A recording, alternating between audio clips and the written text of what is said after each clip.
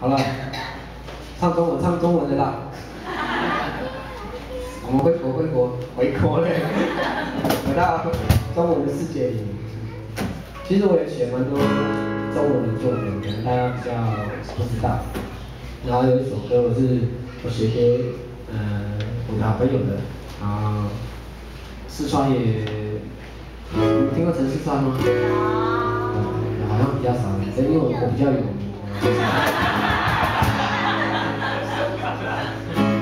不过他有发了专辑，在去年的时候，然后他居然入围大陆的那个什么奖啊，反正大陆的什么华语什么金曲奖，对最佳新人呢。